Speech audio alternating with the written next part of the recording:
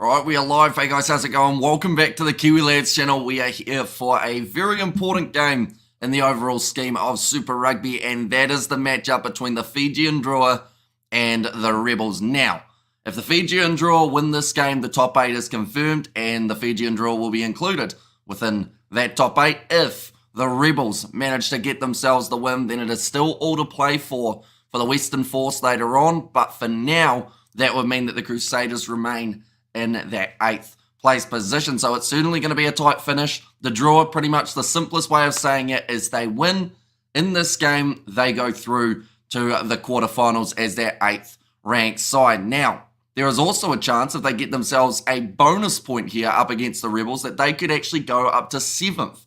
Now, that would be quite impressive, definitely because the Rebels, they've found out some pretty crucial news over the last little while, and that is, of course, that the Melbourne Rebels will be no more for Super Rugby. So that is either going to extremely motivate, for these players, or it's going to deflate them a little bit heading into what will be their last regular season game that they will have for the Rebels. But in the Fijian Drua starting lineup, it is here Reti Hatit, Tavere Iknaveri, and Masaki Donge as the front row. Vofi alongside Rotoi Solia in the locking duo with Antonio Wanga, who's been a consistent 6 throughout the season for the Drua. Kitioni Salawu, who's been impressive, and Meri Langi there as the number 8. Frank Lamani, he will be starting at 9 in this matchup, returning from his suspension, which left him out of action for around 5 or 6 weeks. Armstrong Ravula is there at 10 with Kemu Valetini in the midfield alongside Osefo Masi. He's been a little bit quiet as of late, Osefo Masi. He's normally a try-scorer machine.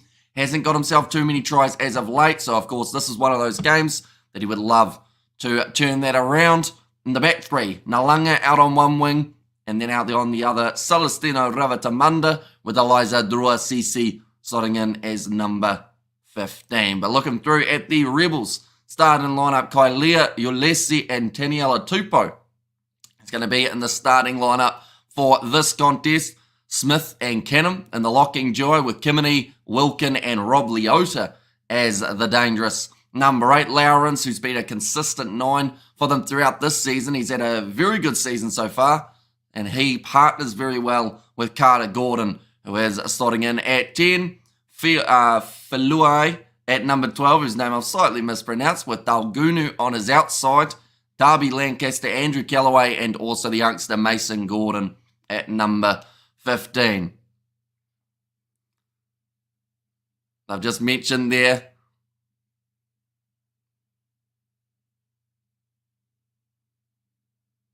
okay, they just mentioned about the fact that the Rebels did win last time they faced a draw, but they also talked about the fact that Rugby Australia is the one who said no to the Rebels renewing their Super Rugby license. They want to make sure they go out with the bang. This is already going to be their highest ever finish, so that is something to be proud of for this group. But the draw now making their way out onto the field at Churchill Park. This is going to be a massive game, and like I said, if the draw win, they are through. If they do not win, and even if they get bonus points, they can get 2 bonus points in this game, but it still wouldn't be enough to put them back inside of the top 8. My prediction, the draw 25, Rebels 15. Hi, Hamish, you are a very busy man today. We certainly are. We have scheduled a majority of those streams already. I think we're doing about 12 or 13 hours worth of streaming today. So it's going to be brutal. Definitely because we already did about maybe 3.5 hours, 4 hours yesterday. We have got the Ohio on Hamish. Says Robert, welcome in, but the Fijian Drua on home soil. This is their chance to really step up and continue that impressive home record that they've had throughout the season. They have only been defeated once at home, and that is up against the Hurricanes. In history, they have only been beaten twice when playing in Fiji. They had a golden point game up against the Reds earlier on in the season at home. And the Rebels, their best chance of winning this contest is to do what they did in the second half the last time that these two sides played. It was close at halftime.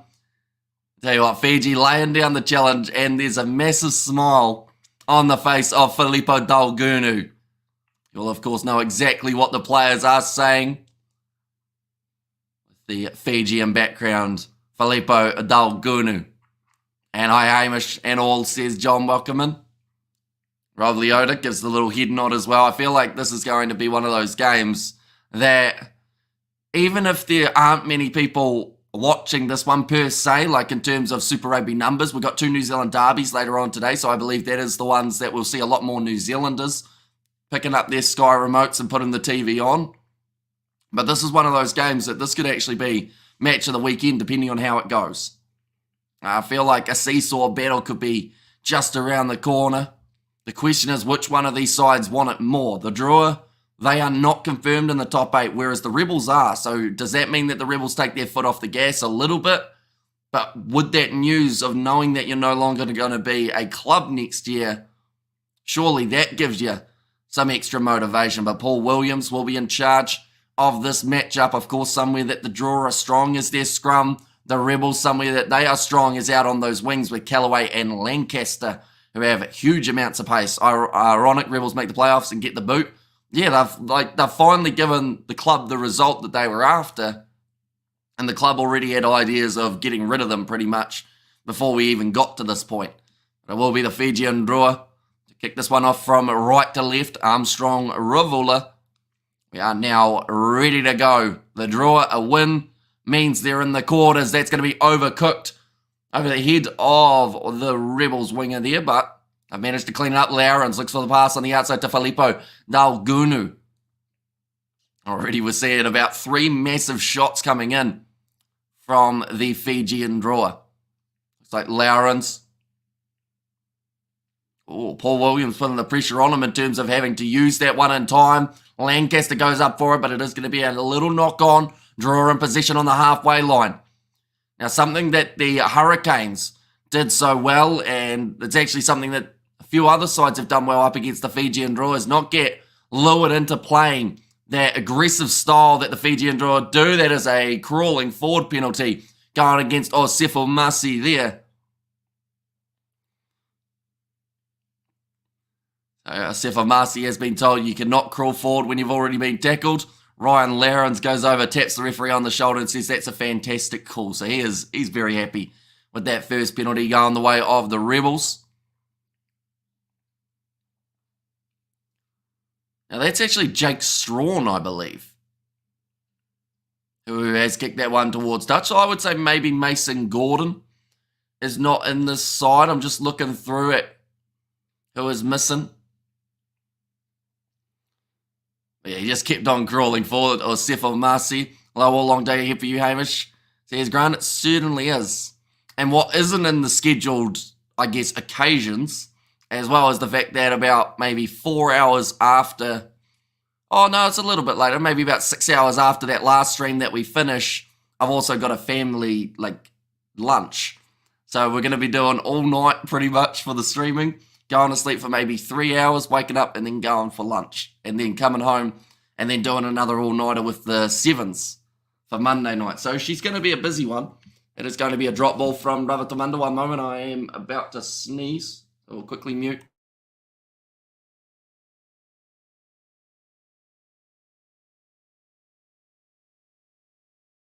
We are good. It's always the 2:05 p.m. kickoff games that the hay fever is the worst. Oh, here we go. Oh, okay. Mason Gordon is there. Carter Gordon is not, due to failing some concussion test.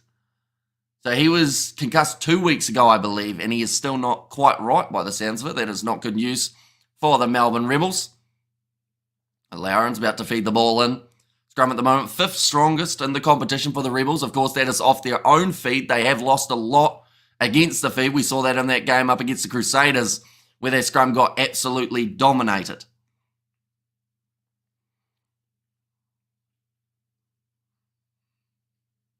Yellow Tupou, big smile on his face at the moment. Going head-to-head up against Hiarete Hetep, which I think is going to be a really good battle between those two men. Paul Williams trying to speed up the game a little bit here. There's no good news for the Rebels, says Grant. And yeah, I mean, I mentioned about it last night as well. For the players now, it's just about, these games are trials, really. Like, you're not going to get anything in terms of the Rebels. Like, there's no chance of them rejoining, I don't believe, for next year, even though Like, the decision of them being able to join has been declined, but I don't think they'll change their mind. We've learnt that in rugby, that when someone's made a decision, that decision stands. So the thing for these guys is about trying to get a contract with another team. We know that Callaway's going to the Waratahs already. We know that Carter Gordon was considering league. That's going to be a knock-on from the Rebels, and that is going to be another penalty going the way of the Rebels. Yeah, so like the rest of the players, it's just about trying to put on a good showing so that you get signed by either another Super Rugby club or a side overseas. And I'll be honest, like Ryan Lowrens, I feel like he should be snapped up relatively quickly. You know, Filippo Dalgunu, I feel like he's got a lot of potential. Darby Lancaster as well. Leota. There's a lot of guys that I believe won't take too long to find another contract outside of the Rebels. It's just the inconvenience of it as well for the players. It's good attack and run from FIJIAN, and then I think it was actually Lamani who gave away that penalty for no clear release. Now Ulysses overthrown, and the Drua have been able to get the steal at a line out time. Lamani now shifting it away to this left-hand side. Kimi Valentini on the outside to Osefo Masi. Now close to the wing. Drua Sisi, not a lot of room to work with. That was Ford. That was clearly Ford. And apparently it's not, but that is now a knock-on from the Drua. There's an... Are they calling things in this game? There was a forward pass, a knock-on, or everyone just said, we'll let it play out and see what happens. I know that the Rebels are leaving the competition, but surely you can't do them like that in their closing games, can you? Lamani back across there to Tavita Ikanaveri. They're 10 metres out from the line at the moment, the Fijian Drua. And they've had enough phases, which does mean that they cannot go back to check any of those knock-ons or forward passes. No advantage. Back into the pocket to Antonio Wanga. Alamani again. Going to the left-hand side to Vothi. Potentially a couple of Rebel players could be approached by New Zealand super teams. So here's a John Nice pass out wide from Kimu Valentini. And for the corner, I think he's got it down there for Wanga Nalanga. But yeah, quite an interesting play there.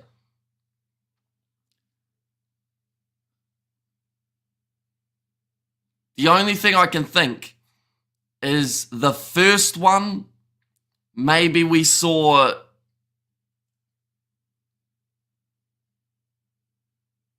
Yeah, maybe that first pass was backwards because it maybe hit his foot and he kicked it forward. But I have no idea what happened throughout that phase play. So I guess it's play on till it's not. And it looks like Walanga, I should say, has managed to stay in the field of play.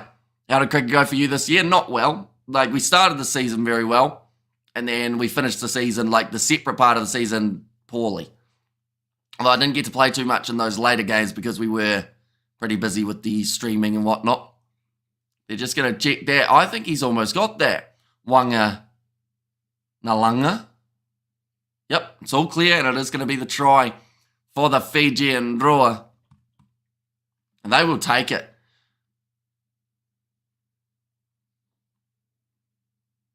Right. Armstrong Ravula has got 20 seconds. Everyone is in Canterbury is cheering for the Rebels. So here's the Beta there. And come on, the Crusaders. So here's Stuart Moore. Of course, the Crusaders have done what they had to. In this game, you should be going for the Rebels rather than the Crusaders. And that one's going to miss from Armstrong Ravula. Making the score now 5-0 in favour of the Drua. Right, we're going to see it here. I think we're seeing the original... Oh no, this is in the build-up from Kimi Valentini. Drua Sisi, it wasn't the best pass. It was pretty low in the end, but still able to get it away to Nalanga, who finished it well. Gave the Drua the lead 5-0.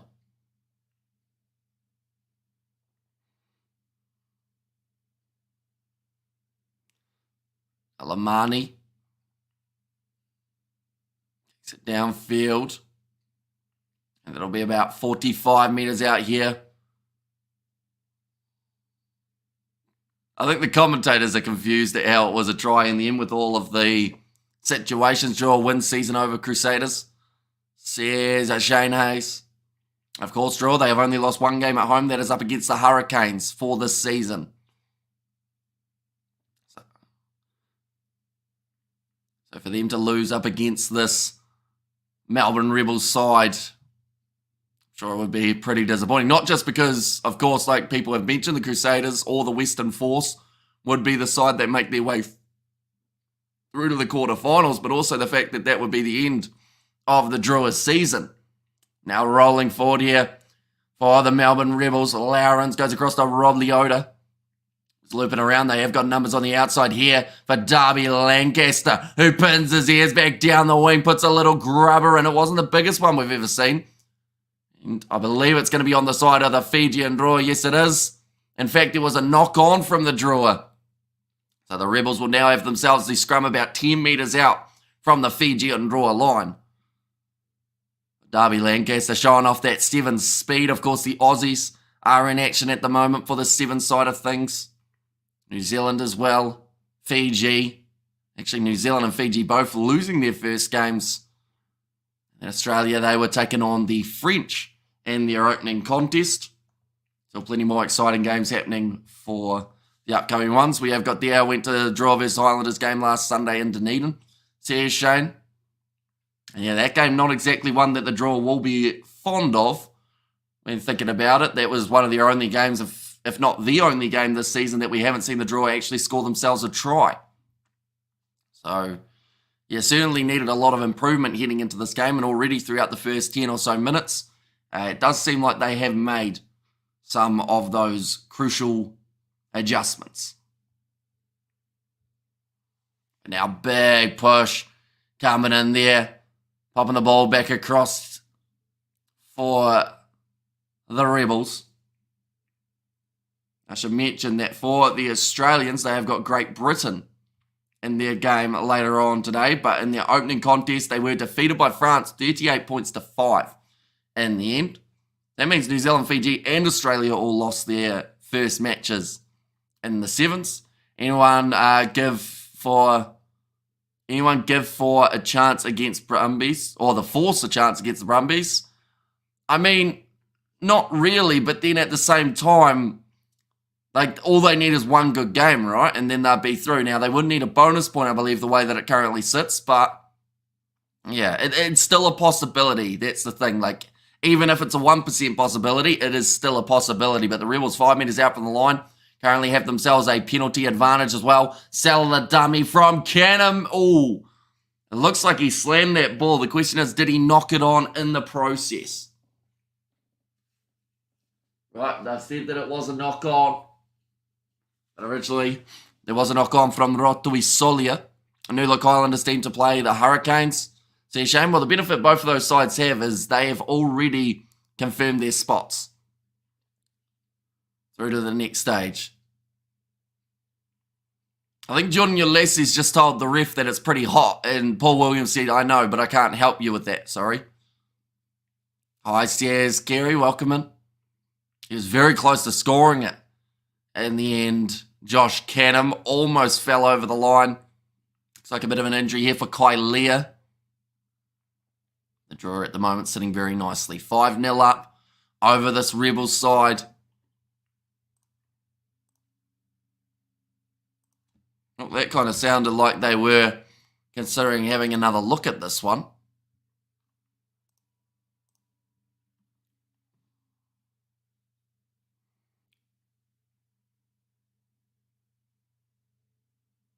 Oh, they're talking about the coach of the 2016 Olympics. He is in attendance, watching on for this game.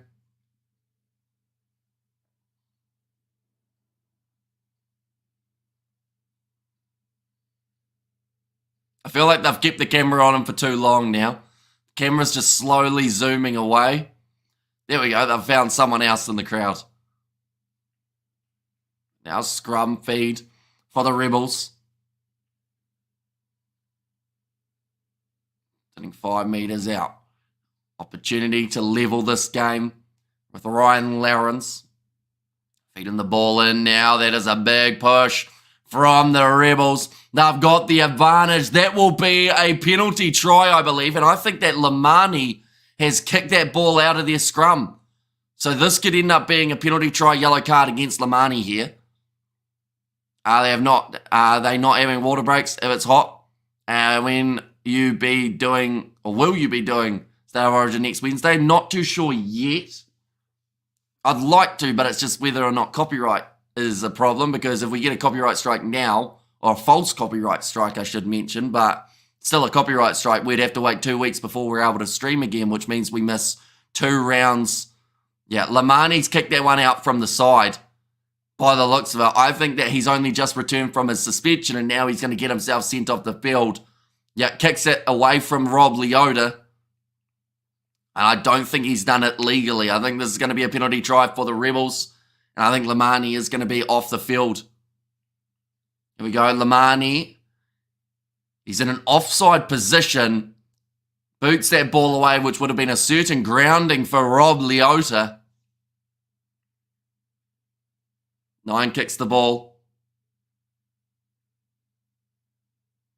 They're just having another look. But I believe this is trouble for Frank Lamani, who's slowly becoming the liability of the Fijian Drua.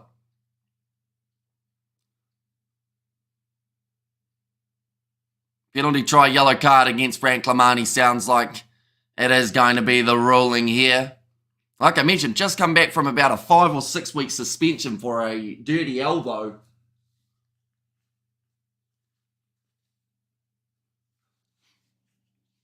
So number 9 is in the field of play. When he kicks the ball, which puts him in an offside position, he is just about to learn that rule.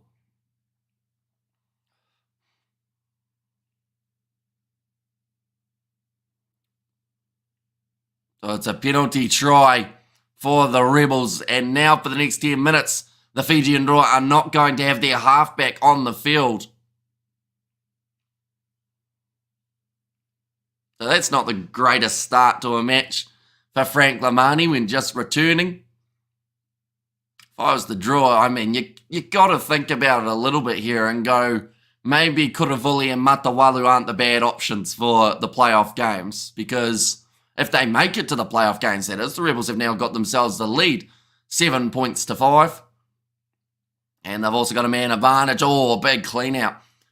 And that is going to be a knock-on off blue, but Ryan Lawrence running down the wing. Big leg drive. Beautiful running from Angelo Smith, who is still going. He's made about 30 metres in the process while also being held by certain players. Looks like there might be an injury for the Fijian Drua in back play. Cross kick goes to Andrew Callaway, who will run in the try. And the Rebels have got 2 within 2 minutes to turn this game around.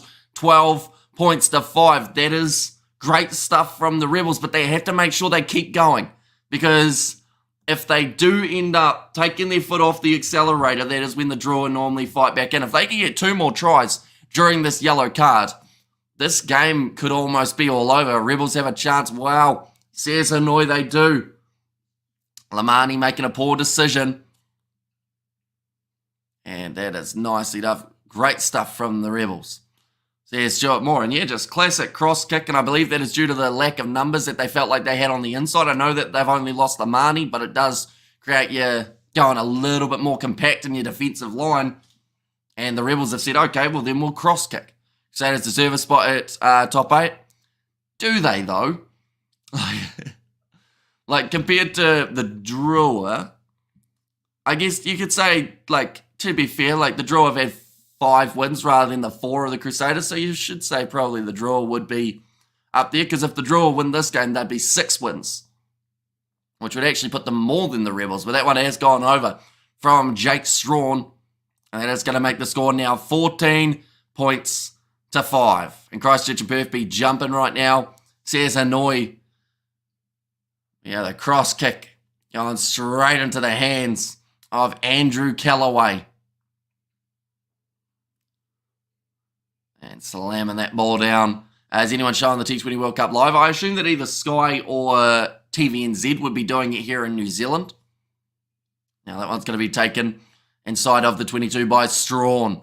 They look for a strong exit. Still another 8 minutes remaining of Frank Lamani's yellow card, which has completely shifted the momentum of this game. It looks like McBurn a little bit frustrated.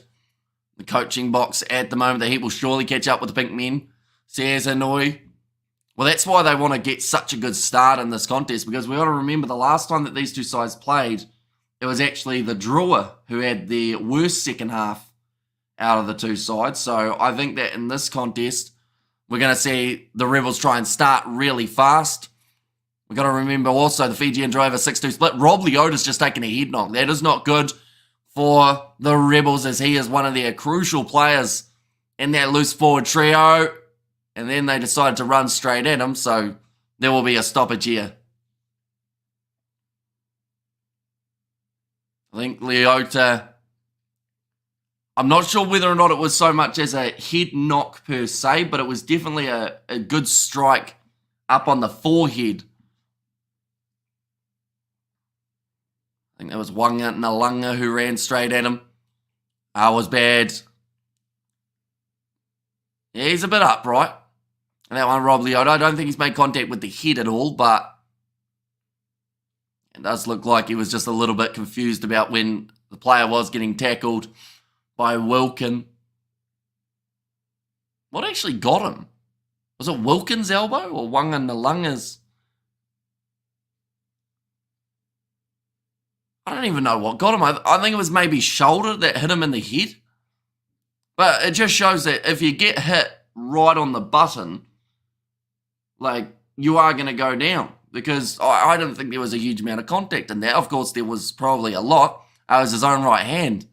Yeah, well, that's what I thought in the second replay. It looked like there was a random hand, and I was like, that's not Wilkins, and that's not Nalanga's, so whose is that? No way Force beat the Brumbies with a bonus point win. Serious debater of everything. I think the one thing that we've learned throughout this season of Super Rugby is it's a pretty unpredictable competition. So, you know. And of course, first, for that to be able to happen, the Drua would have to lose this game. If the Drua win this game, then it doesn't matter whether the Force beat them with a bonus point, or the Crusaders, it doesn't matter that they beat Moana Pacifica with a bonus point, they would still miss out. Ahead of himself like Tyson Fury does. Says Hanoi. But yeah, he's actually gone off the field now for his HIA, which means he will not be returning for a little bit of time, I would think. Definitely because he didn't look like he was getting up that quickly either.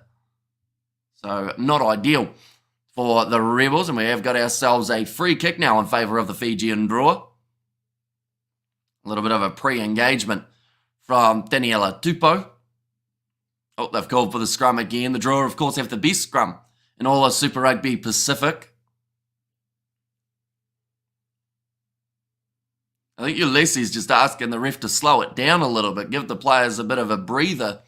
Whereas Paul Williams is going all out pace. He's saying, come on, boys, we need to keep this going. The Drua have won almost 100 scrums. They've won 99, they've lost 1, with a 99% success throughout the competition. That is why they are sitting at number 1. But about to feed this ball in. It's gone down in the front rows with the ball is available for the Fijian Drua, who do go to this left-hand side with Eliza Drua Sisi rush defence from Felipa Dalgunu. Misses the tackle with the Drua. Get thrashed by the Blues next week, though. Maybe Satyrs Blues is more close. Well, that's a good point. And I feel like it's a point that some people haven't really thought about in some regards. Like, I do believe, like, don't get me wrong, if it was Drua versus either Blues or Hurricanes in Fiji, I think it would be a lot closer. But with it being a home game for those other sides, I do believe we're going to get a little bit of a one-sided affair if it was the quarterfinal. So in terms of like competitiveness, I feel like the Crusaders are peaking at the right time if they were to make their way through to the quarterfinals. And perhaps it would be a close game like the other New Zealand derbies that we have seen as of late and that we might even see later on tonight. The ball is available there for Armstrong Ravula to play halfback, goes across to Masaki Donge. But that is assuming that, of course, the Blues will be number 1, Hanoi. They've still got to make sure they get past the Chiefs first, which will not be an easy game in Waikato. Now on the 22, Kimi Valentini now going to be playing the halfback role. Kitione Salawa almost ended up running into his own teammate there. Armstrong Ravula back across now to Dirialangi. Now Valentini in behind. Goes to Kitioni Salawa. In fact, it's Osefo Masi this one. And true Chiefs will be tough. Says Hanoi. Even Highlanders versus Hurricanes, I think, is going to be maybe a little bit closer than some anticipating. Just because the Highlanders, after their win last week, they did extremely well. I think the Blues will win their game. Says Novmam. Oh, nice stepping from Armstrong Ravula. They are now 10 metres out from the line here for the Fijian Drua. Going off to Vofi. Tackle again, Derialangi. In terms of storyline, I'm hoping Crusaders. I wrote them off, but now I feel Butterflies, hell of a season. Says the beta. That's the thing. So many Crusaders fans did give up on their side. They said it's not our season, so I'm not even going to bother watching, was pretty much the gist of it. But now that they're almost in there, like all of a sudden they've got their loyal fan base, their loyal fan base back. The ones who were loyal till they didn't want to be, and then they disappeared. But now, 5 metres out, in fact, less than that, about 3. Here for the Fijian Drua. In behind, Kimi Valentini goes to Celestino Ravatamanda with the skip pass, beautifully taken by Eliza Drua Sisi. And the Drua get themselves the try after 21 phases. They have broken their way through. Hope the Highlanders and Chiefs win. Says Shane. Oh, that is fantastic work from Eliza Drua Sisi. Out wide, but Kimi Valentini has had a real role to play since Lamani got himself sent off the field. He has had to make a huge amount of tackles throughout this game so far. Yeah, nice wide cutout pass there from Kimi Valentini, and good KFC for Hamish and George. And there, I don't know, my dream storyline is fading, says the beta. And if Crusaders do make the playoffs, they won't beat Blues at Eden Park, says Mana Black. But question Mana Black. Do they have a better chance of beating the Blues at Eden Park than the than the Drua have to beat the Blues at Eden Park? That's probably the big question at the moment. Then also, everyone's just assuming the Blues are going to breeze past the Chiefs, which I feel like, everyone thought that the Blues were going to breeze past the Crusaders, and look how that turned out. It gave the Crusaders a chance to make the top 8. So, it could be the Hurricanes. It could even be the Brumbies. We've got to remember they are still close enough that if the Blues and the Hurricanes lose to the Highlanders and the Chiefs, the Brumbies will have number 1 seed. And it's gone just over for Armstrong Ravula. And after 20 minutes now, the draw is at 12 points to 14. And Blues are in the choking zone now, says Hanoi. Going to All Blacks versus England in Dunedin. And whereas Gary surely South Africa better with all these teams, or better than all these teams, he was here last night on the 7s, on the New Zealand versus Fiji stream. He was telling us all about the Blitzbox. I got a lazy 20 on the Rebels for a return of just over 100 back, but no holding my breath. But let's go. It's probably not a bad shout though. At the end of the day, the Rebels will be motivated. You would think, seeing as they have lost their club per se, that ball is loose. Kimi Valentini making some mistakes. Ball goes into their in-goal area. Drua Sisi puts the chip in behind. Taniela Tupou lines it up and pops it up to Mason Gordon. Now off to Taniela Tupou driving the legs. And Blues are now in the choking zone. Lol, says Debater. And I'm going to the All Blacks game against England in Auckland, says Ollie, I should say. Now, tackle made on Angelo Smith. Lawrence to the short side. Filippo Dungunu. Taken down by Mussy. And most work Tupou has done in 3 seconds. Yeah, we haven't really seen him throughout the season. I'm glad that he didn't pull a calf or anything, though, in the process of running there. Angelo Smith tries to spin. Tell you what, he looks like he's going to be a bright talent for whoever he signs for outside of the Rebels. Strawn with the inside ball to Callaway. The link-up just wasn't quite there between him and Kimini, and the ball is loose, but the penalty goes the way of the Rebels again. How on earth do you tackle a charging Taniela Tupou? You tackle him around the bootlaces, because his legs, definitely the thighs are like tree trunks, so you got to go lower. Pretty much like any player out there on the field. If you get him around the bootlaces, you got a really good shot at taking him down. The problem is trying to tie up both legs at once, though. Alice Ginge is out of the tour to New Zealand, says John there. And also, what are your thoughts on the Rebels expulsion from 2025? To be honest, it was probably coming. It's unfortunate that they've had their best season, and now is when they decide to get rid of them. Right, they are going to call for the scrum by the looks of it here. Do you think any new players will make the All Blacks team to face England? Probably quite a few. We are going to be doing a squad prediction in the near future. So be sure to keep an eye out for that one. But that was a beautiful inside ball to Callaway. It was just the fact that Kimini kind of isolated where the pass could go, as he was almost blocking the wider option if there was one. And Hamish do the Rebels have to beat the draw by 7 for the Crusaders to make it? They do not know. The Rebels just have to win. The draw at the moment are 3 points less on the overall table than the Crusaders. So if the draw were to lose this game, they would remain in 9th, even with bonus points. Even if they got 2, they'd still be just outside of the top 8. And then the only other side that can make it through to the top 8 would be the Western Force. Because if they win their game up against the Brumbies with a bonus point, not saying it will happen, but that is the other possibility. If they were able to win their game with a bonus point, because they have more wins than the Crusaders, they would go through rather than the points differential, where the Crusaders, as you can see, they've got a pretty good one compared to the two sides above them. That is going to be another penalty going the way of the Rebels at scrum time. Hoyavich says the head office, welcome in. The first time ever I made Seek. Look at new, I made Seek. Seek, what is Seek? I look at new game on channel. Came out June 16th. I saw Tupou thump a long-term Chiefs in New Zealand 8 real hard. Got his name though, he did boxing. You're talking Liam Messam, I assume, Hanoi, in that case. And Tupou to Leinster, says Hanoi. Yeah, so like a few players have already got themselves their new contracts. There are a lot of guys though for the Rebels at the moment who are just in limbo to work out whether or not they are going to have a future. One moment, I am about to sneeze.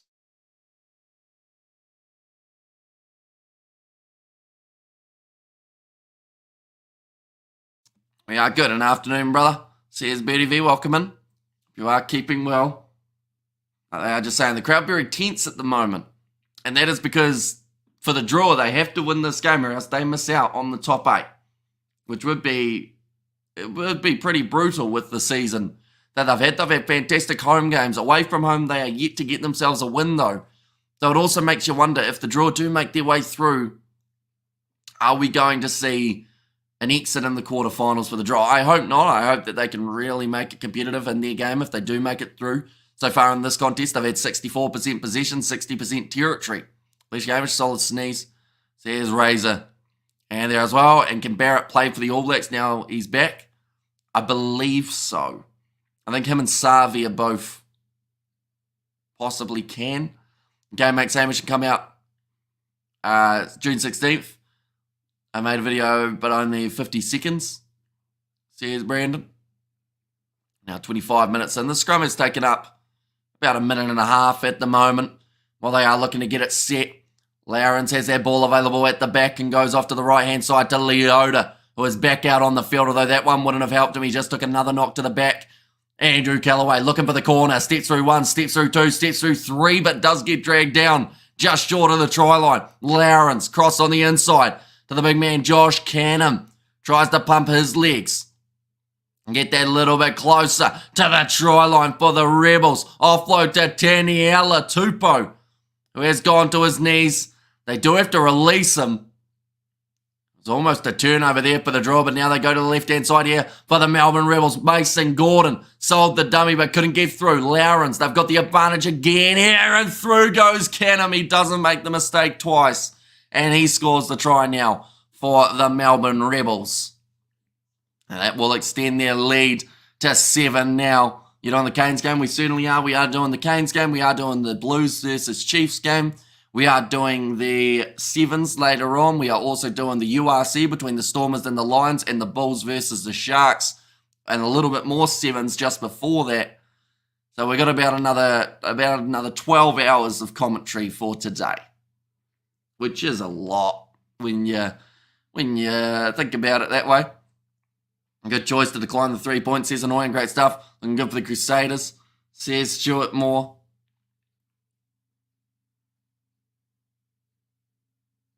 I hope you don't take offense by this, Stuart, but anytime I look at your profile picture, I see Nicolas Cage. Because I only get to see it in a very, very small picture, and it looks like Nicolas Cage in a suit. So I don't know whether that's a compliment or not. It could even be Nicolas Cage, for all I know. But That's just something that's been on my mind for a while, so I thought I'd say it. Right. The Drua now are down by a little bit more here. And this is not the start to the match that they would have been after. What do you drink or eat to keep the energy levels up for such a long time, Big Hamish, says Razor?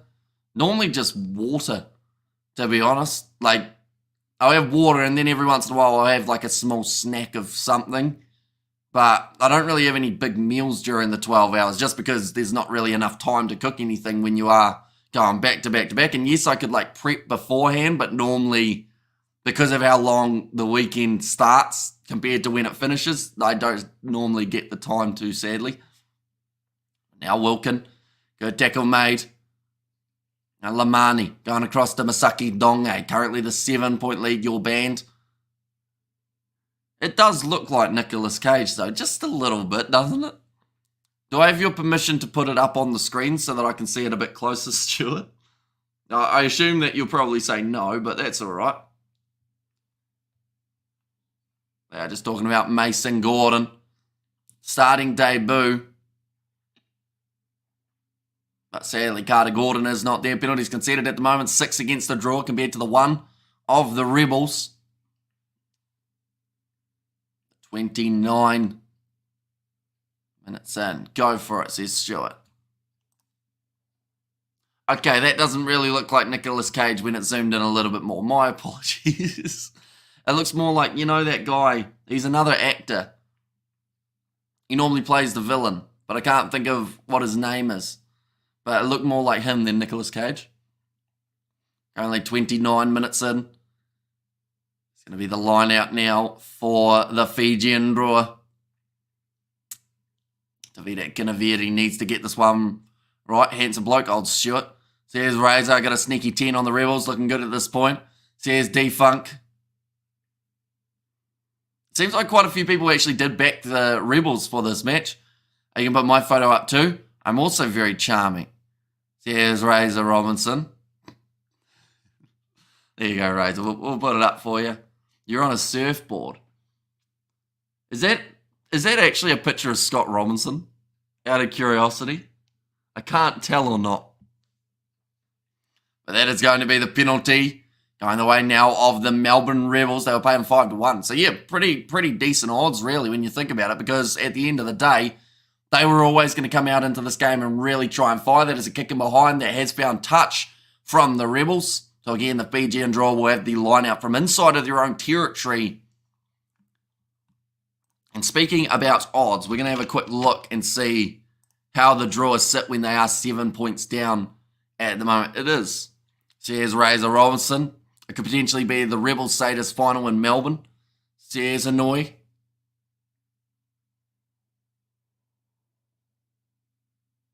I guess so, in the really, really unlikeliness, but the chance, I guess, is still slightly there, isn't it? Baywatch Razor. There's Razor there. So currently the Drua are still favourites.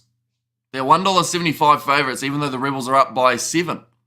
That's quite interesting.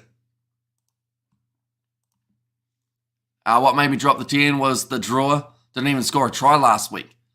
There's D-Funk. Nice cup of brew now. The day can start. It's going to be an epic rugby day. Says BDV. Yeah, we got New Zealand derbies. We got South African derbies. We got rugby coming from all directions, the sevens as well. That one was not straight from Tavita Ikanaveri at line-out time. This game has had quite a few stoppage minutes, I would say, so far. We've had minutes of the scrums and the line-outs, etc. Not a lot of free-flowing rugby, which I think is actually benefiting the Rebels in this one, because the Drua normally like that unpredictable and, I guess, unorthodox style of build-up in their plays, whereas at the moment they've had too much structure, I think, from the way that the Rebels are trying to play this one.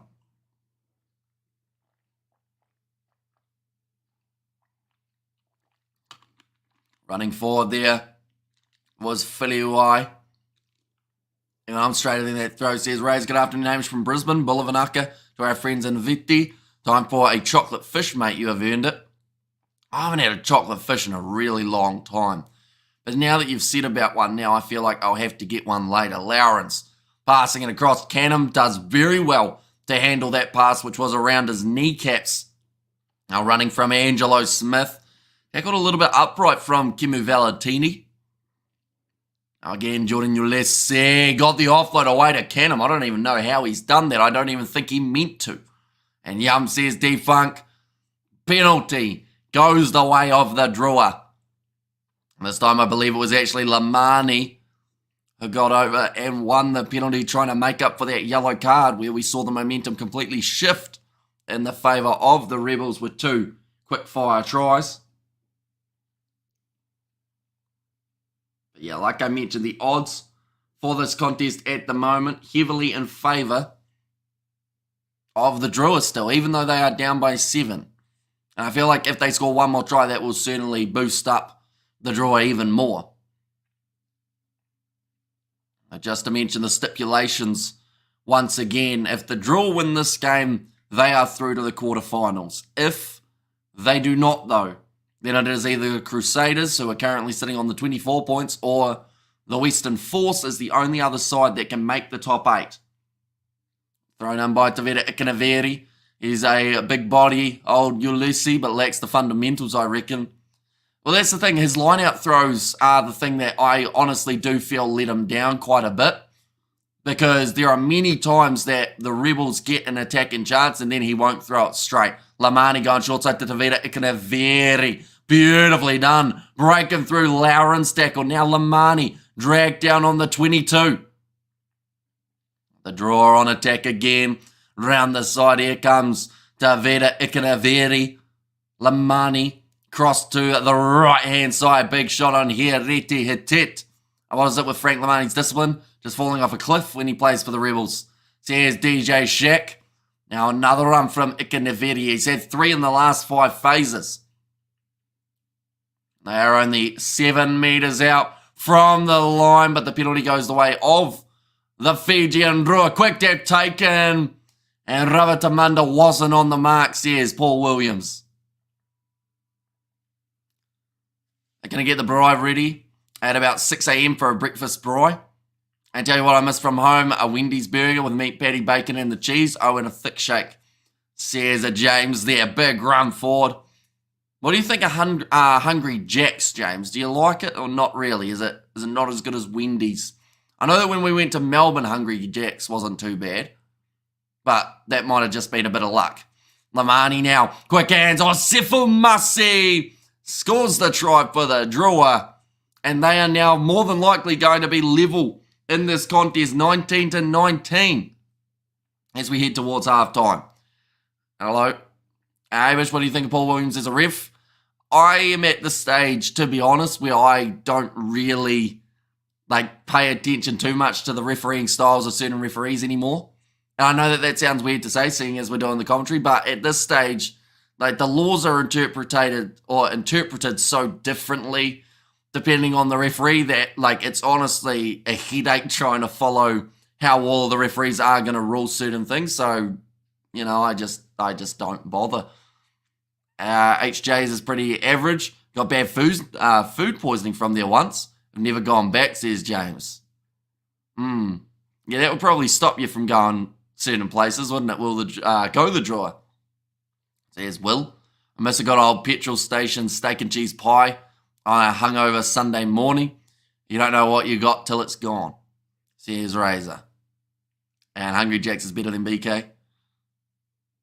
Although they're the same thing, aren't they? Or at least the franchise is the same or something. I think they're both owned by the same person or company. Now brings it round and that kick is over. So that makes the score now 19 points to 19. Oh yes, Razor, how good was Georgie Pie? I'm craving one now, says James Martin. Currently 3 minutes left in the first half. We've still got another 40 minutes to deal with. We've already seen 6 tries scored from these two sides.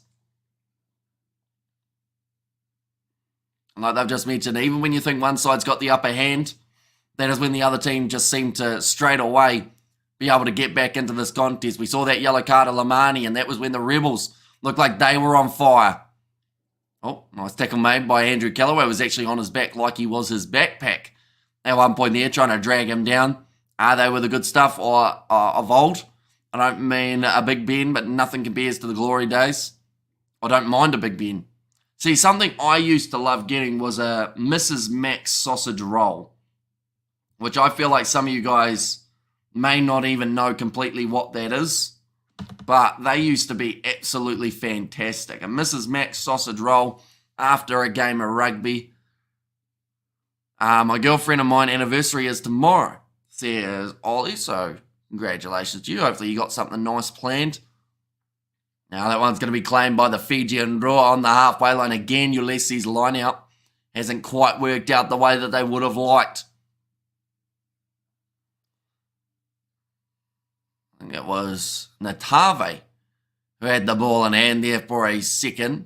Now breaking run that's a forward pass. It should have been a forward pass. There was a knock on as well from the Drua. Yep, they have called it as a forward pass. Oh, those garage petrol station pies after a night out. The way home is tops. Put Lamani back in. Rebels looking iffy. Says the beta, I sure have. And Mrs. Max sausage roll only with tomato sauce. The cheese sauce is the most important. Says Razor. I used to love a pie and then off to Eden Park to watch the Auckland teams. Or the Speedway at Waikaraka Park. Says James, give it to Dirialangi. Says a Razor. Yeah, I have no idea how Osifa Masi thought running that line was not going to be a forward pass when he was out in front. 1 minute remaining. Hungry Jacks is pretty much Burger King, says Mana Black. And you guys making me hungry, says Birdie V. Good stuff, says Bhavani.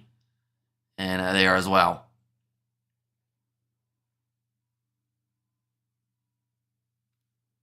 I think Paul Williams' voice was trying to give out on him there. He's having a bit of a chuckle after a voice crack. And that is going to be on the side of the Rebels. Into the pocket. They kick it into touch. And that is halftime. Even though the scoreboard still says there's another 20 seconds remaining, that is going to be halftime. And the score at the moment, 19 points to 19 between these two sides. Which pretty much means whoever has the better second half is going to win this contest. Now, it is 19-19, I should mention, rather than 17-19. I don't know why they haven't given the Drua the extra 2 points. Will the Drua retain their home winning record? Or will the Rebels make history? Says the Red Office, I'm ready to do the banking this rugby weekend. And also, I avoid town at night after what happened last week. Says Shane. And also, will Ravatamunda make the ABs? Not sure. To be honest, wait, it's 19 all. It is indeed, yes. But here's a fun fact, ladies and gentlemen. The Rebels versus Fijian Drua, the last time that the two sides played, it was actually pretty close at half time. I'm going to get the exact numbers here, just so that we can tell you exactly what I believe I remember, which is to do with the fact that they were pretty close at halftime and then the Rebels ran away with that game. So we're going to go here. The Rebels, where are we? Fijian Drua, that's not it. Rebels versus Highlanders, that's not it. There we go. Rebels, Fijian Drua, right? Just looking at their information, at halftime, the last time that these two sides played, it was 20 points to 15 in favour of the Fijian Drua. Then the end score, the Rebels got themselves 1, 2, 3, 4 tries, and that was also the game that we saw the red card of Frank Lamani. So this game is not over. The Rebels have got a proven record up against the Drua in the second half. Why would he abandon that for 3 years just to play for the All Blacks? Says DJ Shaq. And also, how does the Drua get selected? And Mark Talia, Ravatamunda, Will Jordan, backfield. I can dream. Says Razor Robinson there. How does the Drua get selected? As in like the Fijian Drua franchise team. It's just pretty much like any other side, you know. You look at who's coming up through the rankings, and that's where we saw the likes of a Vinaya Habosi originally get his breakthrough. Was it in Fiji or Melbourne? So that game was in Melbourne, which is a good equaling point. But I do still feel like the Rebels later on in this game, if the Drua don't get their discipline right, could find themselves with a bit of momentum. But currently at halftime in this contest, for the Rebels to win is $2.90, whereas the Fijian Drua, they are the favourites of $1.35. Yeah, second half going to be a very intriguing one. The Rebels actually bringing back the possession stat, getting up to 56 on the board. The villain says Stuart Moore, yeah, there's a bloke in a movie, and I can't think of what movie it is, but he's kind of, I think he either plays a French guy or someone, but it's an actor who kind of looks like yourself. I can't think of what his name is. But it's not Nicolas Cage. We know that much. About Tawhatawhanawai in the backfield for the ABs. He gives me Jonathan Dante vibes. Could be a real looker. Maybe. I mean, if he wants to play for the All Blacks, that is. I don't personally know where his loyalty lies and whether or not he wants to play for Fiji or whether he wants to play for the All Blacks. But either way, he's going to be a dangerous player at international no matter where he goes because of his work in the breakdown. Getting those turnovers just going to be so massively beneficial for whoever has him on their team. There we go. Wasn't Tawhatawhanawai playing for Moana? What loophole is this? Says debater of everything. Yeah, he was, but Moana is a franchise team rather than a international team. So that's kind of how it works. Anyone expect the Blues later, or anyone except the Blues later, to play a superior game to the Chiefs? Chiefs are not at their A game last week versus the Hurricanes. Says Jonathan Manson. And Drua 2023 full-time. 17-17, 41-17 Reds. Drua half-time 19-19 full-time. Says Lasarusa. So up against the Reds or up against the Rebels Lasarusa for that other one. Yeah, it's going to be a very intriguing one. See how the second half does end up going. If the Rebels win, will the Crusaders save the be safe at the 8th spot? Not necessarily, but there are a lot less chances of them losing their 8th spot if the Drua win this one. If the Rebels win this one. So pretty much the only thing that can happen if the Drua lose this is that the Western Force beat the Brumbies by a bonus point. Then that would put them into the top 8. Now, the likeliness of that happening is very slim, definitely because the Brumbies have gone with a pretty strong side because they want that number 1 spot on the standings. But, yeah, it will be an interesting one to see whether or not that Brumbies Force game has any weight to it, or whether if the Drua win this game, then pretty much our top 8 is confirmed, and it's more so who's going to be finishing where inside of that top 4. Of course, we've got 2 big games happening later on. New Zealand teams taking on each other. Next one is Highlanders versus Hurricanes in Wellington. We are going to be covering that one at 4:35. And then alongside that, there is the next game after that one, just taking place between the Blues and the Chiefs. That is taking place at 7:05 New Zealand time. We are going to be covering that one on the channel as well. That was a good catch. I just managed to bring it in. Guys at the top fighting for the right to thrash the Drua, says Debater. Yeah, it will be interesting because the Drua away from home have not been great this season, and everyone would admit that. They haven't won a game away from home. They've got 5 home wins, which is very handy indeed, but they haven't been able to get that crucial win away from home, and that is probably the big difference. Bless you, says Birdie V. Yeah, I wasn't even quick enough to mute for that one. That one just hit me pretty quickly. But second half, not too far away from starting, ladies and gentlemen. If the Drua win this, they make their way through to the playoffs. In a drawn scenario, I don't even think that would be enough to get the Drua through. But the Rebels, they are currently on a 5-match losing streak, they have just mentioned. But the thing that's helped them is bonus points. Throughout those games, they have still been able to get themselves a couple points here and there. The Crusaders, when you think about it, they have got 12 points from, 16 points from winning games, but they have received 8 bonus points throughout their season, and that is massively crucial for where they are sitting on the table at the moment. Of course, if they had a couple more bonus points along the way, or 1 extra win, they could have been a little bit higher, but possession at the moment, 64% for the Drua. Penalties, though, 7 against them compared to the 3 against the Rebels, and the meters made 199 meters made by the Drua compared to the 188 made by the Melbourne Rebels. Clean breaks also 7-4, so we've seen quite a few throughout this contest at this point. One moment, we are about to sneeze again.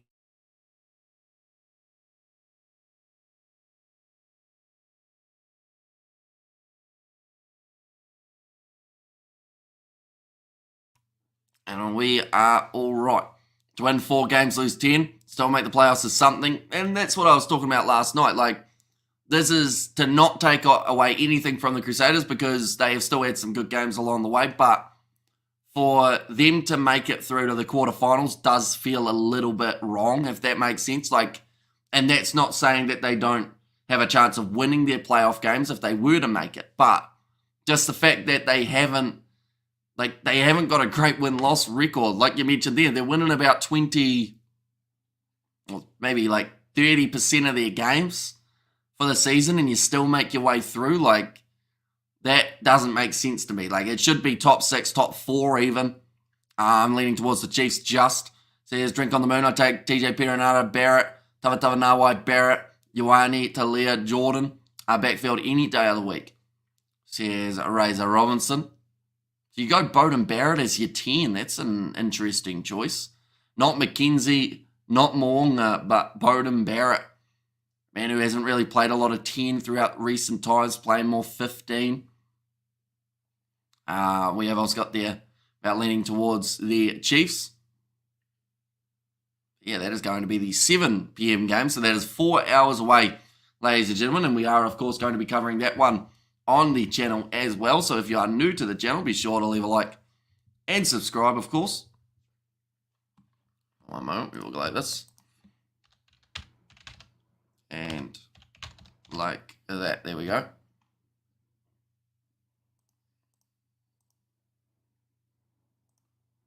And there we go. 4 out of 14, 28% winning rate. Tell you what, I wasn't too far off with my original working.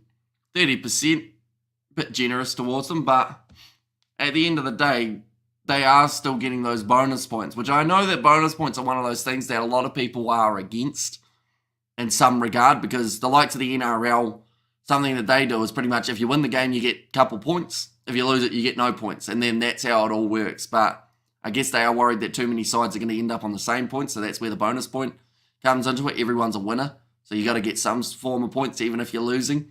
Barrett is our best 10 available, always has been, says D-Funk. But has he been playing 10? That's the tricky part with Barrett. Is he going to slot into Razor's 10?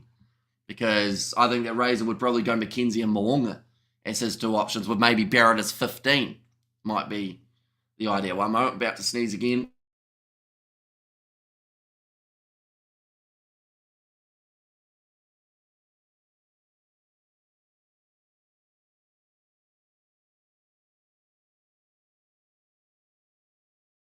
We are good. I'll be like riding a bike. Says Defunk, go the Drua. I think Bowden doesn't have the boomper like he once had at 15. Not like Jordan or Love. Damien Impact off the bench. Perifeta 3rd string and Richie to start if eligible. Says Razor, New Zealand vs Fiji 2024 San Diego. Will you commentate it? We are indeed going to be commentating that one there. Oh, might have been someone coming up the driveway. How do you leave Rico out? Especially with his pairing he has built with Barrett at international level. Yeah, I've got an interesting stat for Rico Ioane later on, which is actually, it's a very surprising one. I didn't actually know about it until I saw it. And, you know, it's one that you wouldn't expect for Rico Ioane, at Blues level, that is. Got Hay Fever Hamish. What's going on? You can only have so many blessings, mate. Says Razor, yeah, I got hay fever, unfortunately. Although this is the first weekend of the 7s in quite some time that we haven't been sick during, so that's quite nice. Touch wood. Hopefully that remains that way. We have got, there go the Drua, says below. And there I'm 13 Proctor, says Stuart Moore. Put him on the wing in the second half with 10 minutes to go. Well, that's the thing. People have been saying that Rico, in their mind, is still a winger, but I don't know whether or not that's ever going to return. How do you feel the Blues will go against the Chiefs today? I think they'll go all right. Like, they've been in some good form at the moment, and they're showing double downs. Looks all right. I wouldn't mind a double down. Chiefs to take it by 5. Sears Razor. And now second half just about to start, ladies and gentlemen. And of course, the next game that is taking place is going to be starting at 4:30 p.m. New Zealand time. We are covering that one on the channel as well. So if you are new, be sure to leave a like and subscribe.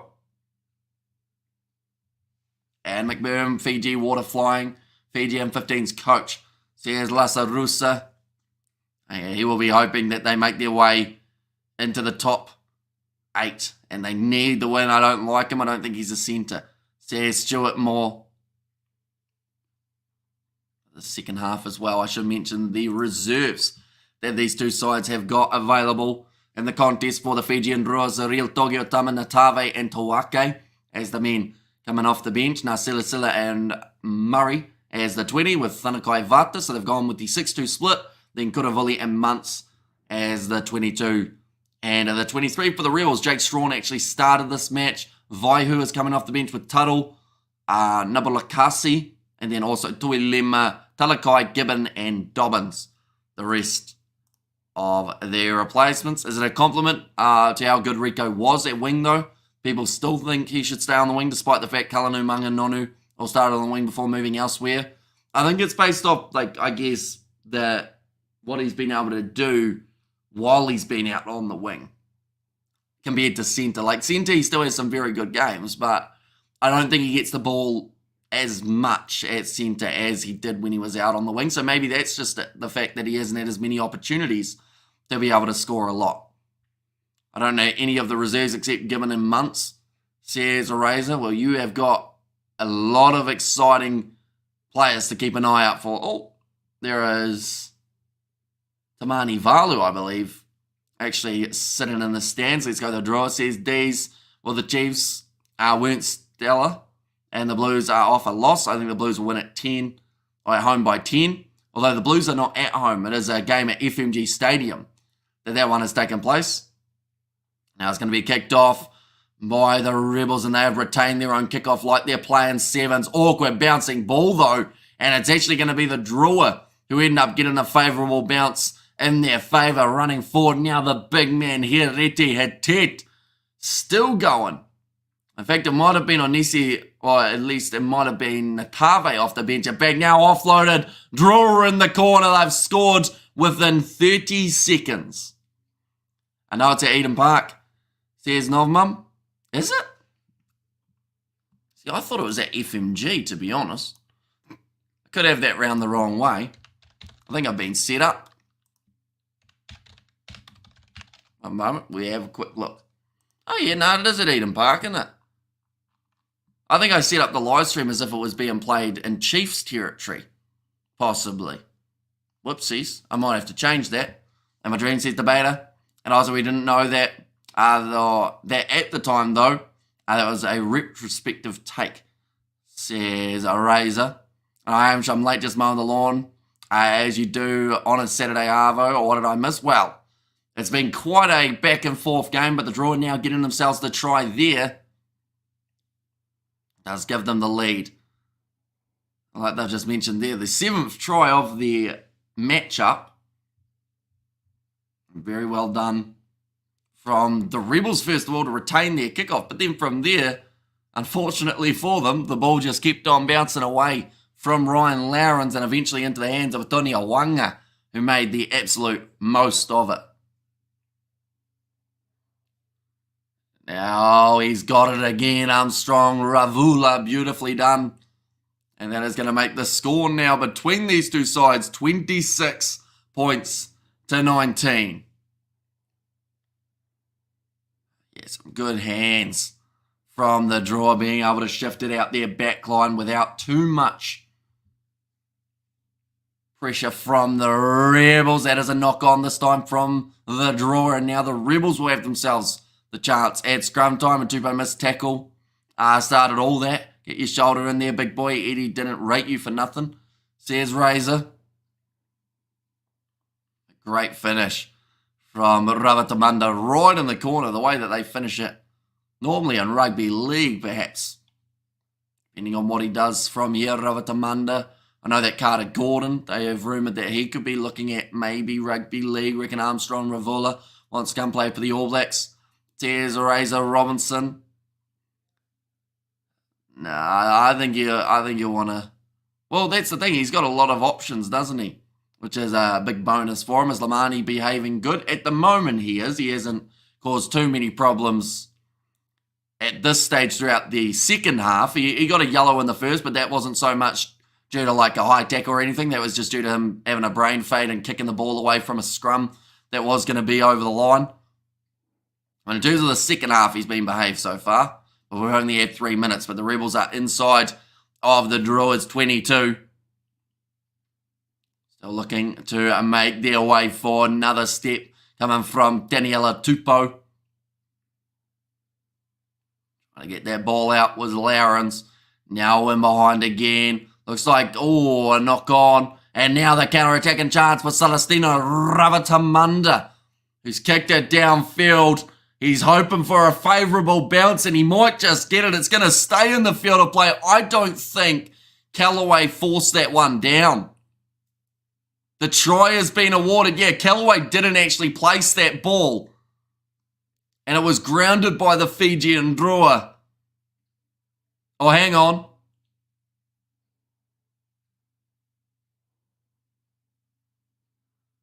Okay, it's going to be no try. Lamani's asking whether or not it was a penalty try.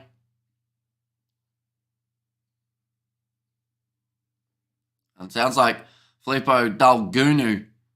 I'll tell you what, Callaway's had to run a long way there. Massive run at the start of the second half. That was a weird one. It was awarded as a try. So Callaway tries to force. Yeah, he does get it down. I'm not sure why they were awarding a try, though, in that case. Yep, no try, clear from my angle. There's debate out. Is the crowd going crazy? They certainly are. They're loving the start to the second half for the Drua. Callaway is still exhausted from that big run. And it looks like Dalgunu's actually making his way from the field as well here. It could be a drop kick chance for Kimi Valentini, but instead of that, they are going to go for another big run for the Drua. Shot coming in on Derialangi. He's straight back up to his feet as if nothing happened. Lamani cross to the right-hand side now in behind. So Caleb Muntz has made his way onto the field. He's tried the slide tackle. It's actually gone to his teammates. So in the end, working out for Muntz. He was rumoured to be the big star for their World Cup campaign. Unfortunately, ended up with that injury just beforehand. Well played, Callaway. Cheers, Razor Robinson there. And he's class old Callaway. Says Razor certainly is. The Waratahs, they'll be happy to have him. I don't think he'll be that happy to be at the Waratahs with their current form, but hopefully something changes in the future for that side. Oh, there's actually a deliberate knockdown, I believe, from Darby Lancaster there.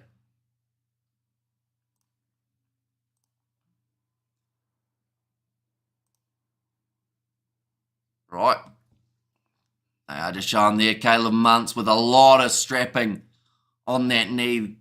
And Callaway is like the modern Latham. There's Razor there. They're mentioning serious injury to that knee. Alright, we will go like this. And like that. Nice run from Osifu Masi now for the corner. I think the Drua have got another one. They're on fire at the moment. The second half, they have definitely piled on the pressure. I think they are just going to check this one to make sure that it is going to be all right here.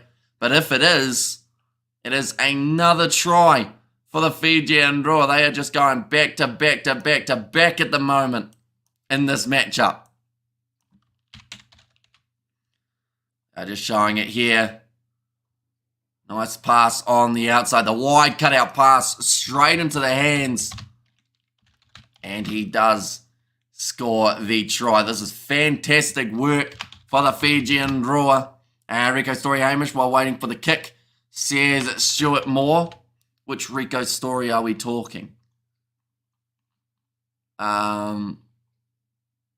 What's the Rico story? What Rico story? What one are we talking? I am quite confused. Oh, it's been given as a try there, ladies and gents. Yeah, it's certainly going to be an intense one for the second half. You said stats on Rico. Oh, yeah, that's going to be for the Blues-Chiefs game, though. That's not going to be for the random game happening now, because or else everyone would have already heard it by that one. Saders fan, fingers crossed. Cheers, Shannon Griffiths. That kick has gone over from the Drua, and that is now going to make the score 33 points to 19. It's a great start. OMG, says Stuart in there as well. It's very hip of you, Stuart. Well, go like this. And like this. Sounds like there are a couple replacements that are just being made. And I see for Marcy claiming that one on the 22. The Rebels tackling like the under-14 Ashburton College side. Says Razor Robinson. And rest in peace, Crusaders 2024. And also Saders fans getting very nervous. Nicely taken by Callaway there. And that one's going to be another loose ball dropped by Mason Gordon, although it almost set him up into a gap with the way that he put that ball down.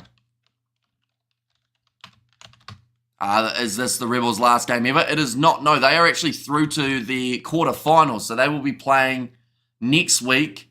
That could be their last ever game, though, depending on how their result goes.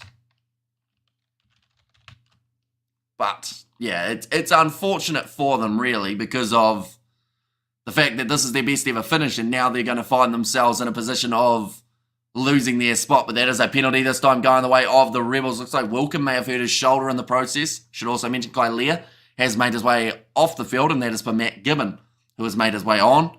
And Drua got the memo, win or go home.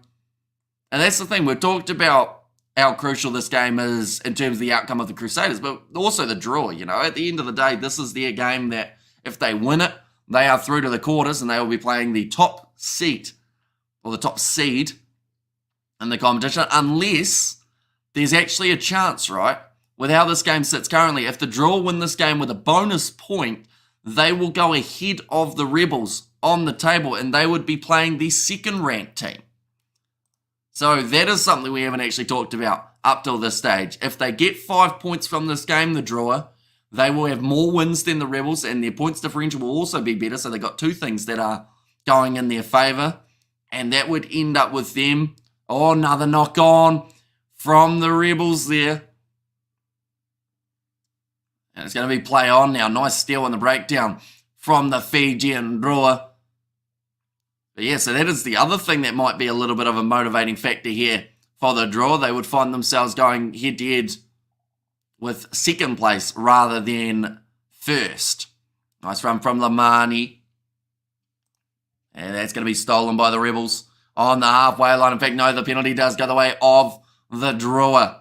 Does Mason Gordon want to come join the All Blacks extended squad, you reckon? Haha, JK, says Razor there. And Rebels still get folded if they go all the way and win the comp.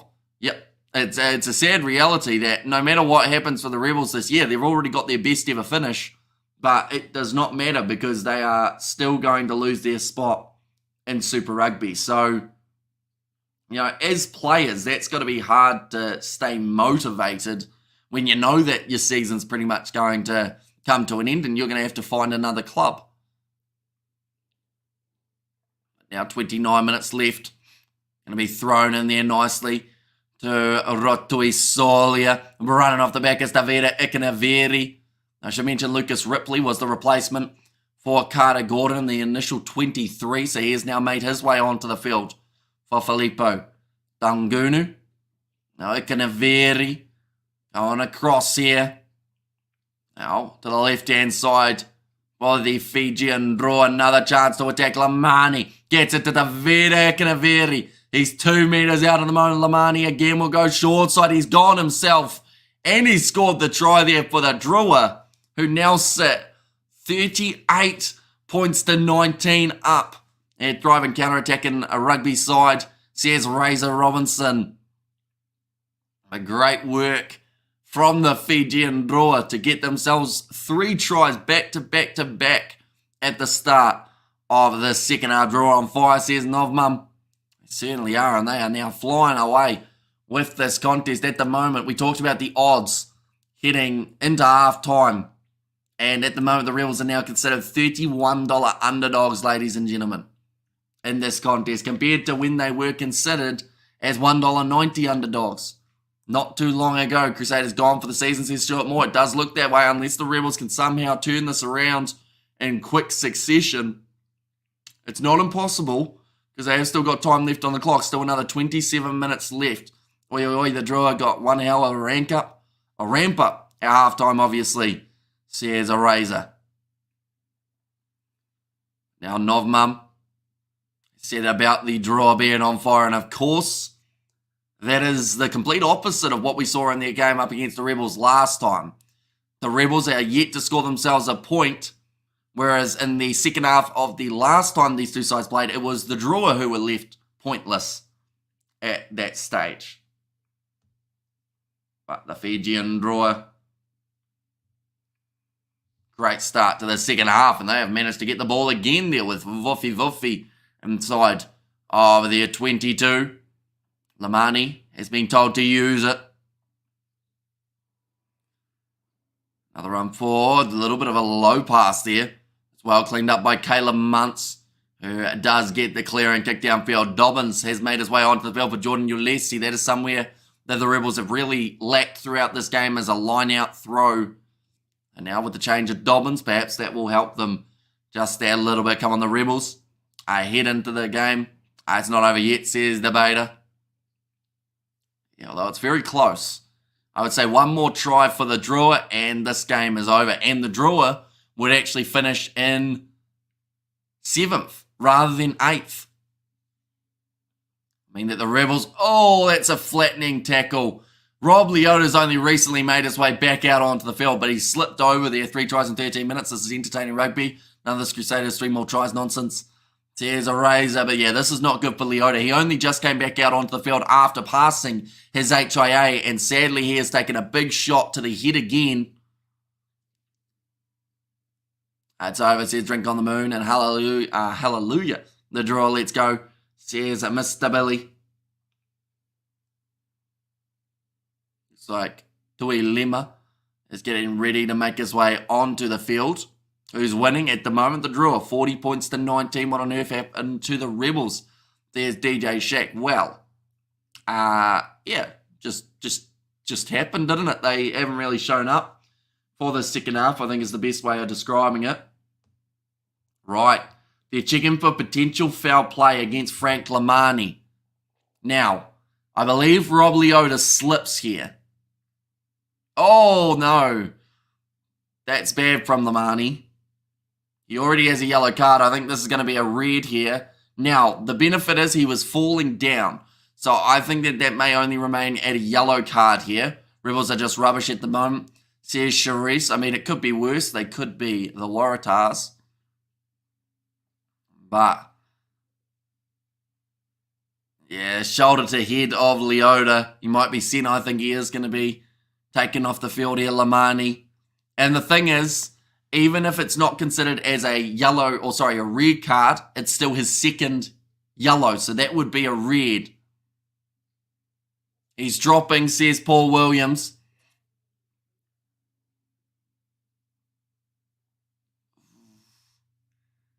The defender's bent there. Paul Williams, I think, has said that it's just going to be a penalty here.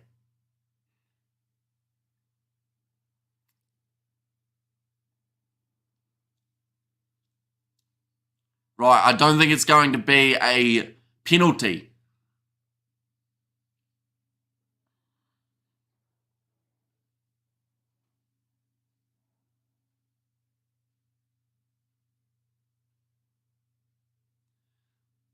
Okay, Scrum Rebels.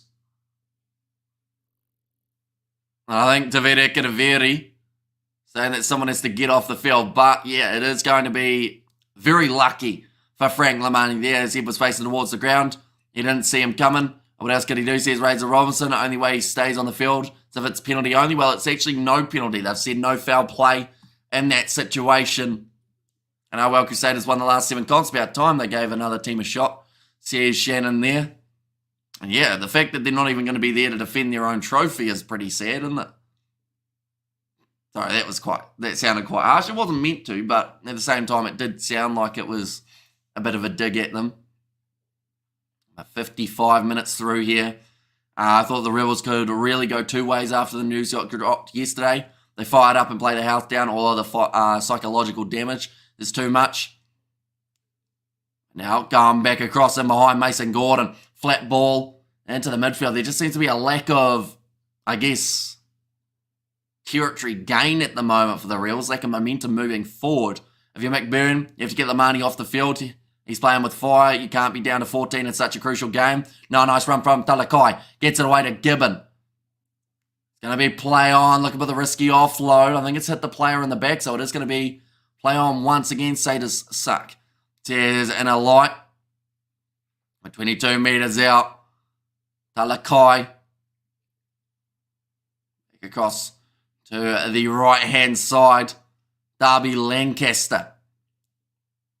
Still 22 out here for the Rebels. There's 25 minutes left. That's the crazy thing about this game is, as certain as it seems that the Drua should be able to win this game, if the Rebels score a couple quick-fire tries like they're about to by the looks of that one, well controlled by Drua Sisi, and it now means that the line-out will be in favour of the Rebels inside of the Drua 22. So what team is replacing the Rebels next season? I don't think it's been really confirmed as of yet what kind of approach they're going to take. If the Drua win today and get a winning bonus point, will it be enough to knock the Crusaders out of the playoffs? Even if they just win, it will be enough to knock the Crusaders out. If they win this game with a bonus point, though, the benefit that the Drua have is they will actually finish in 7th rather than 8th. So they will go ahead of the Rebels, and that would then give them, I don't want to say a slightly easier quarterfinal, but it will be maybe the easier of the 2 games that were a possibility. Maybe the Crusaders can change their away kit to a pink. And also we have got there. I'll be sad to see no more teams in such a pretty pink outfit next year. Says Razor. And Crusaders 2024 season loading. There was an error. Please try again, says Will. Do not sleep on this game. If it is anything but over, the Reds nearly blew a 19-point lead halftime last night, says DJ Shack. That is true. And that is why you cannot underestimate how crucial it is for the Drua's discipline to be on point, because a yellow card cost them 2 tries within 2 minutes last time. And that was in the first half of this contest. Next minute, Rebels score 3 tries to win it. Although 3 tries converted would only bring them to a draw, which would mean we would have to go to golden point. They really need 3 tries and something to get the win. With a team as undisciplined as the Drua, the Rebels are still in this. Nicely claimed by the Rebels, but it was not straight in the line-out. That is the worst case scenario there for the Melbourne Rebels. Gibbon, not Gibbon, I believe it is Dobbins struggling to throw it, just like Ulesi was. It's part of the Rebels game that has really been hurting them. And Drua has knocked out the Crusaders, says Gibbon. I mean, at this stage it does seem that way. Oh yeah, that was not very straight at all. I feel like the next live stream and the one after that, we are going to see a lot of people talking about the Crusaders and being able to say now that they are out of the competition, now they will be able to, I guess, talk that trash about the Satyrs. But I know a lot of people were waiting for that moment to be able to finally say the Crusaders are gone, so it's safe enough to say that someone else is winning the Super Rugby competition. Because I've said it from the get-go, you would not want to be up against the Crusaders in the quarterfinals. And at this stage, it doesn't seem like any side is going to have to be. Instead, they will have the Drua and the Rebels. Although, that's close to the turnover for the Rebels in the breakdown there. Still on the side of the Drua. Up the wires, says DJ Shack. Can we get an up the wires, says Shannon. And also, they'll be at the Rebels' Achilles heel of line-out. Has been coming back to haunt them. And come on, Dobbins, says a razor there, but Lamani will kick this ball up high. Hasn't got a huge amount of distance on it, so about 26 metres out from the line now Rebels will have themselves another line out. But just that line out throw has not been working well for the Rebels. That one is just straight enough this time. If the Blues win the comp, the Crusaders would be the last loss. So technically, Crusaders won the comp. I don't think that's how it works. Can I get a bye, Crusaders? Says Oliver. Now around the side of the breakdown, the Rebels. Their rolling ball wasn't really going anywhere, so they do have to opt for a different tactic now. It doesn't look like Rob Leota is out on the field anymore. Should also mention after those head knocks that he was taking Lawrence, was asking for the penalty. Referee says it's your own player who would have caused the Highlanders to win the comp. And also, that's not how it works. Says DJ Shack. Not straight, says Razor there. Now Josh Canham thought about the offload. Does go to ground instead. Lawrence. Can pass it across to Wilkin. Come on, ref. Says Razor. So this game's still not quite over. But it is very close to it. Unless the Rebels can score again. Great shot coming in. Knock on there from the replacement 23 and Lucas Ripley. And now the Drua are going to have themselves the scrum. And this will use up a crucial minute on the clock, ladies and gents. At the moment, there are 3 sides that could find themselves playing the Drua in the quarterfinals. Those teams are the Hurricanes, the Blues, and the Brumbies. Big smile on the face at the moment of the Drua players as they do know that the handling errors of the Rebels are starting to cost them. Still 8 penalties against the Drua. They will have to sharpen that up before next week.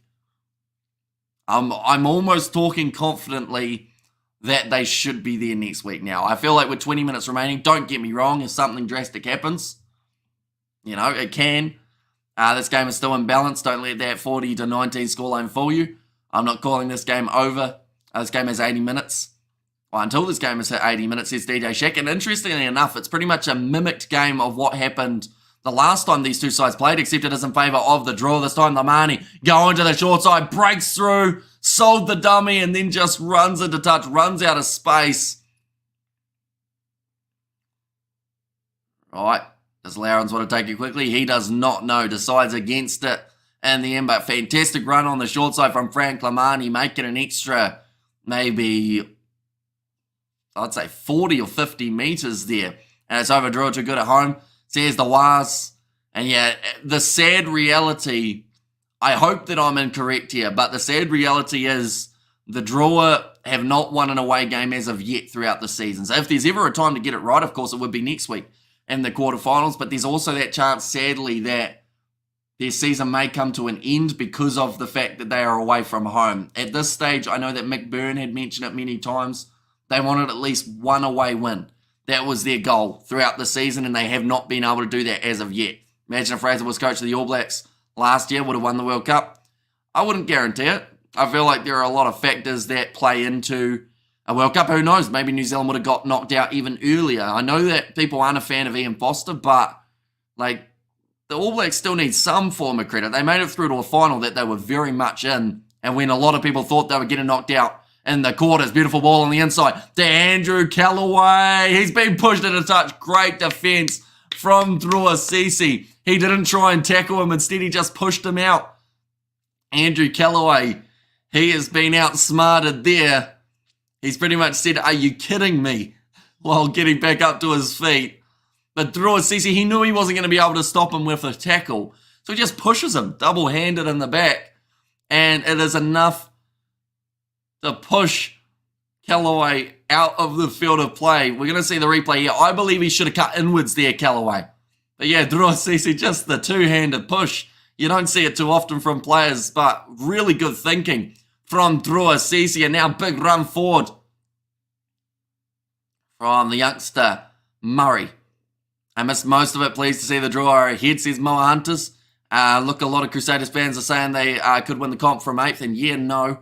That team's biggest issue is coaching. If they were to stumble into playoff success, would fall the front, says DJ Shack. I mean, everyone can blame a coach for the Crusaders' downfall, but at the end of the day, anyone with half a brain cell can tell that there was more than just a coach as the difference in the Crusaders this year compared to last. losing like 12 or so All Blacks to any side. Like, imagine any team. Imagine the Fijian Drua losing 11 of their international players. We're talking no Tavita Ikanaveri, no Celestino Ravatamanda, no Masi, no Lamani, no Derialangi. They're not going to be the same side that they were, no matter who the coach is, because that is an adjustment period. And of course, if you're going to lose all those players at once, that is also going to make a massive difference to how you are able to bounce back. A reset now for the Satyrs. Overhaul is coming, says Ed Smith. Yeah, like, I believe they'll be better next year. I believe they'll be better the year after that, and they'll be getting back to where they were. But, yeah, there was always going to be a bad season somewhere along the lines when Razor and his 15 ABs decided to hang it up at the same time. That's going to be the scrum feed. It goes beyond coaching, I know. I don't mean to say that. I kind of meant that their front officers, their chief executives. I mean, once again, though, you can blame the guys who are in the back, but you can also blame the players who are out there on the field. They just aren't at the same level as what the Crusaders did have. You know, when you don't have Will Jordan due to an injury, no Scott Barrett, Cody Taylor only returning recently. They didn't have a couple of their front rowers in there. Blackadder only returning recently as well. You know, that backline, no Moonga, no Whainānuku, no Goodhue, no Enor. The list goes on of changes that they've had to make. That is going to be now in the hands of the Fijian Drua, 15 metres out from line. Months going across now. Eliza Drua, CC ball on the outside to Celestino Ravatamanda. Going to be well taken, okay. I'll stop kidding myself. What is their problem besides everything? Says DJ Sheep. Well, it's just everything's happened all at once for them, isn't it? Like, there's more than just one factor. Like, at times, it's been the players in terms of their discipline and the handling. They've been close in so many games. Like, for the Crusaders, they've won, before this last game, they lost 3 out of their last 4 games, but every game was within 7. And how much time is left, says Zeta? At the moment, it is sitting 14 minutes remaining. So at this stage, the Drua should be through. So Samoa is out, says Dio Dutt. Moana Pacifica are, Samoa and the Sevens are not yet. You know, the Satyrs are struggling when they have Ryan Crotty playing. He's too old now. Lee Halfpenny. You look at a guy who, to be honest, looked like nothing but far away from an international caliber player when playing. So that's something as well to consider. Unfortunately, they just haven't had the season. So not out of the Sevens yet. They lost their game to Kenya, but they just have to make sure that they get themselves, what am I trying to say? They have to win their playoff game. I disagree. Crusaders had 7 ABs, 1 Welsh international and 3 ABs XV players, and they're starting XV yesterday. No excuses. How'd they go, Razor? Fun fact, they won with a bonus point. They haven't had that available all throughout their season, though. That's the big difference. Now, it's 13 minutes remaining, and the Fijian Drua are going to take on the 3 points here. Deciding that if they can get this extra 3, not only does it use up a little bit of time, but also alongside that, it is going to be, they also lost the Chilis, but yeah, it's not over yet for the Samoans, fun fact. Because as long as they are, well, like, they could lose their first 3 games, it just means they're going to have a harder qualifying game. Because these first 3 games, in a way, don't actually matter. It's just that last game. Winner stays on is the way that it works for the last round, so it's pretty much like a quarter-final after everyone is seeded. Are you streaming the Hurricanes? We certainly are. Hurricanes versus Highlanders. It's against Moana Pacifica, though. Moana Pacifica have had some decent wins, though, and you were mentioning that they had a side that should have got the win, and they did. So I'm confused at what your argument is, currently, with the way that this game is sitting. That kick, I believe, is actually missed, so it is going to be the 22 dropout for the Rebels. Currently, the Drua have got themselves the bonus point. They lost to both the teams. Says Dio Dutt. Yeah, it doesn't matter, though, because in the qualifier, it's actually, like, you can lose all of your games in the group stage, but the one that matters is that quarterfinal playoff game. I believe that is the way that it works. It's really confusing, but they are still a part of the competition because they've got a playoff game. They will just have to face probably the top-ranked side rather than the bottom-ranked. Honestly, the rest of the sides in the comp can do as they please, so long as Fiji wins this game. And whereas Apasalomi Vota, the Sedchema, I believe he is injured at the moment. How much time left? Now 12 minutes compared to last time when you asked, when there was 14 or 16, I believe it was. Now scrum feed again for the Melbourne Rebels. The second half has been a really scrappy one for them. They haven't been able to create any real chance. Looks like James Tuttle now will have the scrum feed again.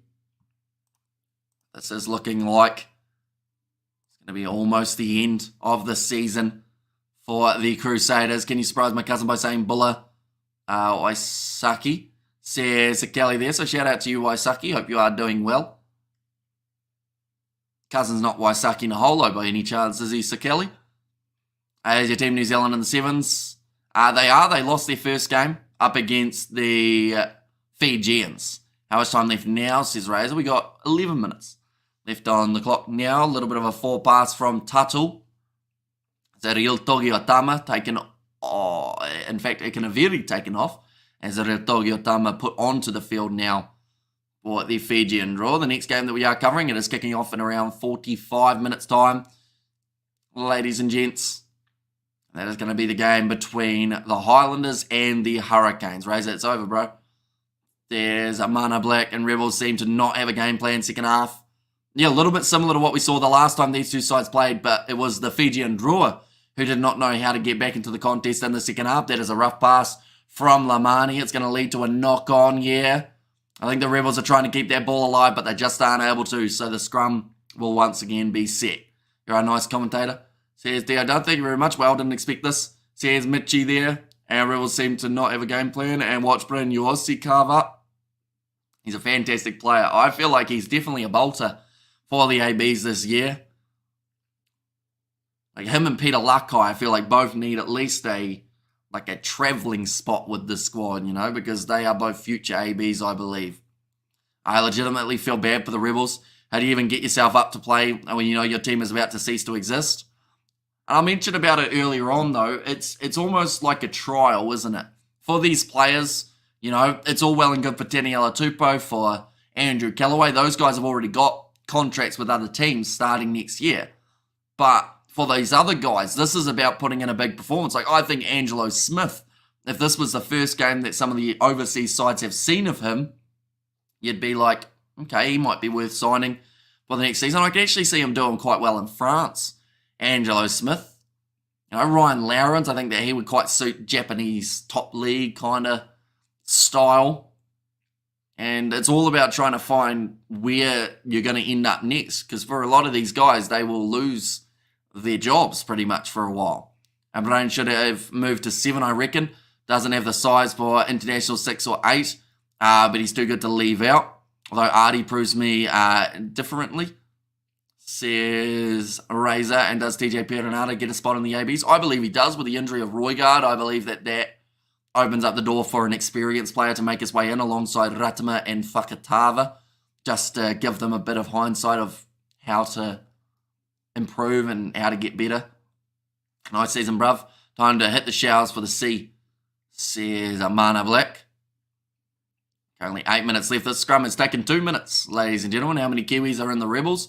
Kiwi teams could pick up a few Rebels. I mean, we might see a couple guys head to New Zealand. I don't think we'll see a huge amount of them, though. I think that New Zealand at the moment, a lot of the sides are pretty happy with the depth that they've got. I could see a couple heading down to maybe Dunedin, playing for the Highlanders, perhaps.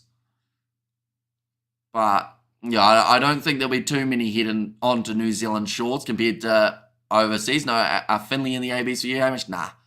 I don't think he's done enough throughout the season. I would honestly, if I had to pick a Blues player to go into the All Blacks, I'd pick Taufa Funaki, although he is more eligible for Tonga, I believe, than the All Blacks, so that wouldn't really work. But, yeah, I wouldn't pick Finley Christie. I wasn't even going to pick Finley Christie for the All Blacks for the World Cup. Ekawasi could probably head back to New Zealand. Says DJ Shaq. It's always sad for a team, a franchise to break up. I also feel for the players. Says Birdie V. But yeah, it's so much more than just there's no longer Rebels, isn't it? There's like all the players, the coaches, the staff, everyone losing their jobs all at once. That one's now going to be a nice shot coming in on, I believe that was Alia Whanakai Vata. It was the Fijian Sevens getting themselves a big win over New Zealand yesterday. That is, of course, with the inclusion of Jerry Tuwai for that season. Could have really not playing. Not in this one, I don't believe. Oh, actually, no, he might be at 22. My apologies. And Bowden Barrett at fullback, or Ruben Love for the All Blacks, says Waz depends on what they've got in the rest of the back line. I believe that Ruben Love will get opportunities, but I think that they also have to try and add a bit of experience or stability in that back line too, rather than chucking all the young guys all in together. So it will depend a little bit. Everyone is going to lose their jobs, hundreds of people. So yeah, DJ Sheck, how long less until the game is over? Still another 6 minutes left here. And the draw, they look like they are kicking this one for the corner after winning the penalty for a player not supporting their body weight. Hamish, does Akira Ioane make the ABs? No chance. Like, there are, I believe, 3 sixes ahead of Akira Ioane at the moment, and one of them isn't even playing in New Zealand, but in fact, you could almost argue 4 sixes that are ahead of Akira Ioane off current form. I'm not convinced by Whakatavi and Aaron Smith as a maestro for 3 years, but it's still so hot and cold. There's Rays, although the other side of things is you got to look at the side that he's playing for. The Highlanders are a hot and cold team. So that doesn't help. When you got, like, when you're trying your best to get something going and your backline just isn't working with you, it's always going to be a tricky day. But I think that under the right tutelage, he'll be a very handy player for the ABs, and I would still pick him over Christie.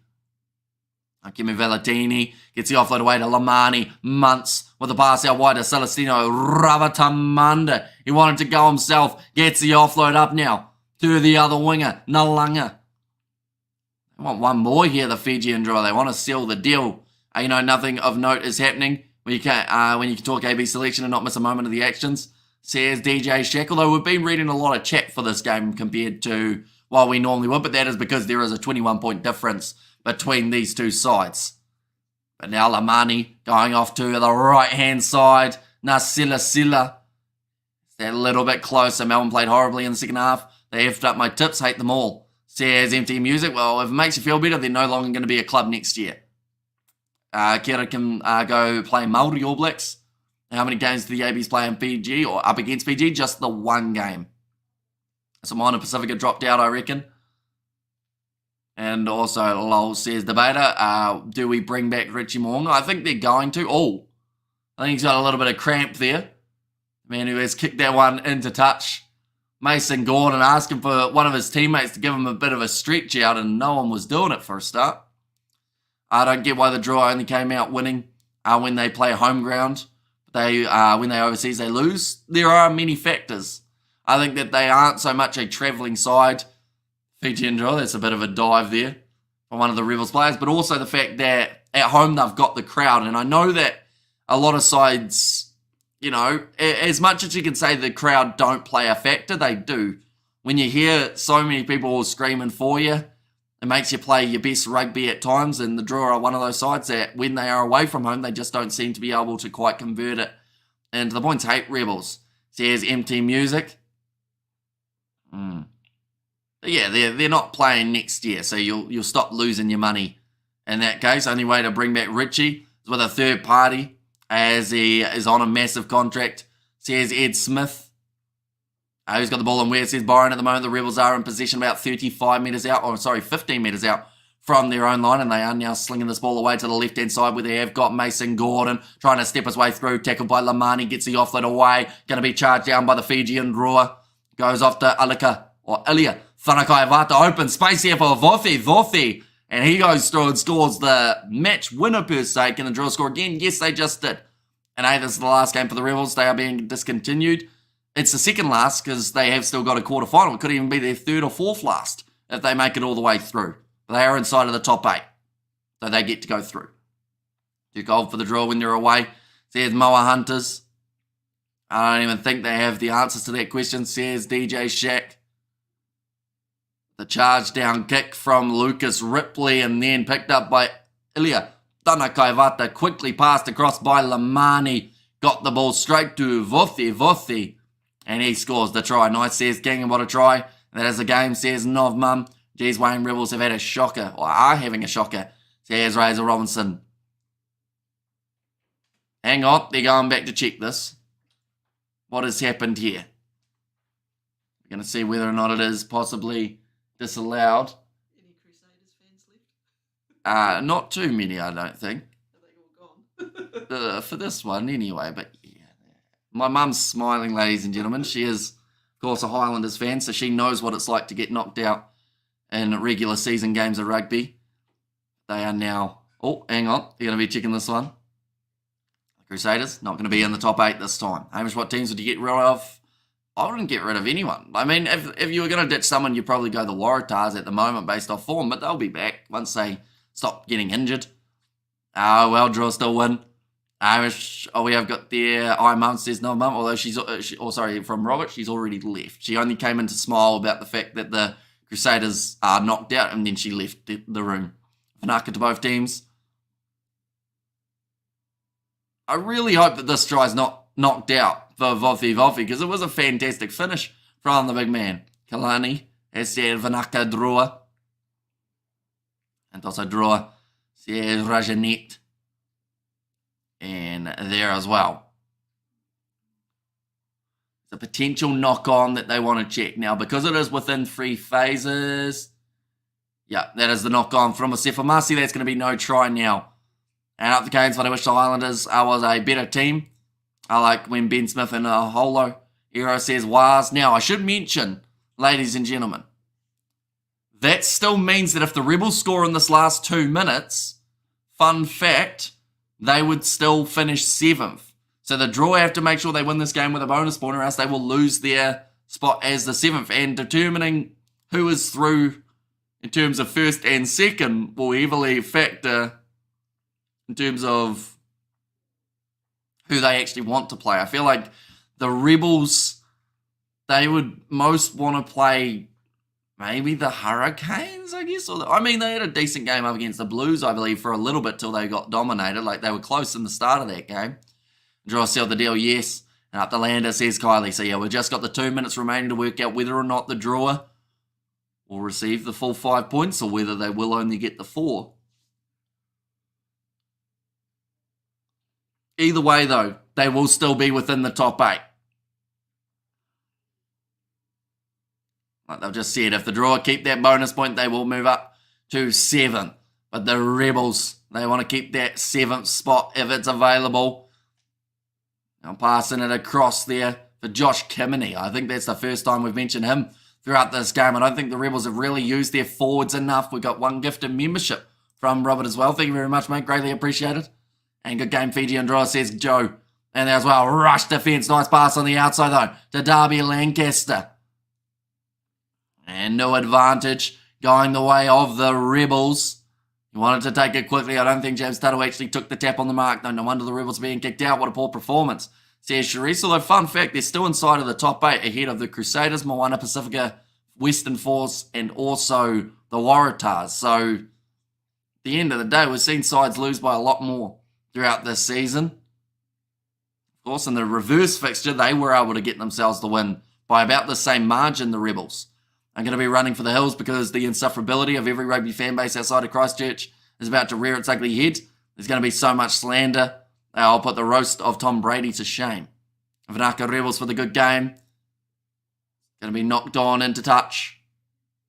And that is the end of the game, ladies and gentlemen. The Drua make their way through to the quarters and they will be 7th on the table. The Rebels in 8th. So the top qualifier will face the Rebels. I honestly think that's more incentive now. I think that all of the sides in the top 3 will want to play this Rebels side in the quarterfinals. They will also want to play the Drua, of course. So the top 2 will have that opportunity. And then the next side, I believe, will be playing up against the Highlanders. And man, how the cheated Sharks are those with the team to beat, says Kelly. And also go the Highlanders. And yes, that is a Golden Burgers. Well, game over with a minute left. Yeah, the time has been wrong both halves, though. So I believe that is right on the referee's clock. Canes versus Rebels next week. Says a wires there. And nonetheless, I do thank you all very much for tuning in, ladies and gentlemen. If you did enjoy this stream, be sure to leave a like and, of course, subscribe. Our next one is going to be in 35 minutes' time. And that is the contest taking place between the Highlanders and the Hurricanes. But thank you all very much for tuning in. If you did enjoy, be sure to leave a like and subscribe. And I will see you all for the next one.